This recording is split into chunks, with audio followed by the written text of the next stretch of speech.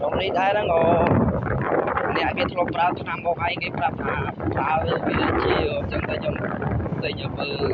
ôm con lên tôi nằm cái đây lên rồi về prao có một ai rồi lại còn ngày nọ chẳng đâu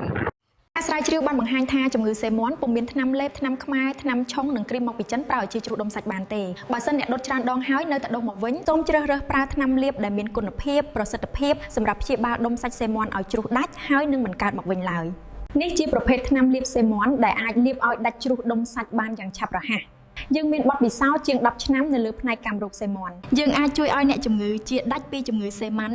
100% និងមិនកើតមកវិញឡើយដោយគ្រាន់តែធ្វើតាមការណែនាំរបស់យើងតែប៉ុណ្ណោះចំពោះថ្នាំមានជាឈុតព្យាបាលឲ្យតែប្រើឈុតព្យាបាលទៅតាមទំហំនិងចំនួនដុំសាច់ដែលមានដុសគឺទិញតែម្ដងព្យាបាលជាដាច់បានអត់ពិបាកទិញពីរដងទេហើយយើងគឺមានក្រដាស់ណែនាំបញ្ជាក់ពីការប្រើប្រាស់ឲ្យបានត្រឹមត្រូវការតមអាហារវិធីការពារនិងការអនាម័យសូមអានមុននឹងប្រើប្រសិនបើអ្នកមានទុកជំងឺសេមាន់សូមតាក់ទងមកលេខខាងក្រោមបើសិនអ្នកដុសសាច់នៅកន្លែងរសើបប្រាកដណាស់វាជាជំងឺសេមាន់វាមិនឈឺចាប់មិនធ្វើទុកយើងនោះទេតែវាសំងំរីកធំនិងដុសកាន់តែច្រើនវិវត្តទៅជាមហារីកបានដែរបើសិនអ្នកជ្រើសរើសថ្នាំព្យាបាលខុសពន្យាពេលរយៈយូរដុំសាច់នឹងរីកធំឡើងហើយដុសជុំវិញក៏កាន់តែច្រើនយើងមានជំនាញច្បាស់លាស់ក្នុងការព្យាបាលជំងឺសេមាន់ឲ្យជាដាច់ 100% ព្យាបាលតាន់វានៅតូចនិងតិចចំណាយតិចចំណេញពេលវេលានិងឆាប់ជាបើអ្នកបដ ாய் វាកាន់តែធំនិងដុសច្រើនឡើងនឹងពិបាកដល់ខ្លួនឯងហើយ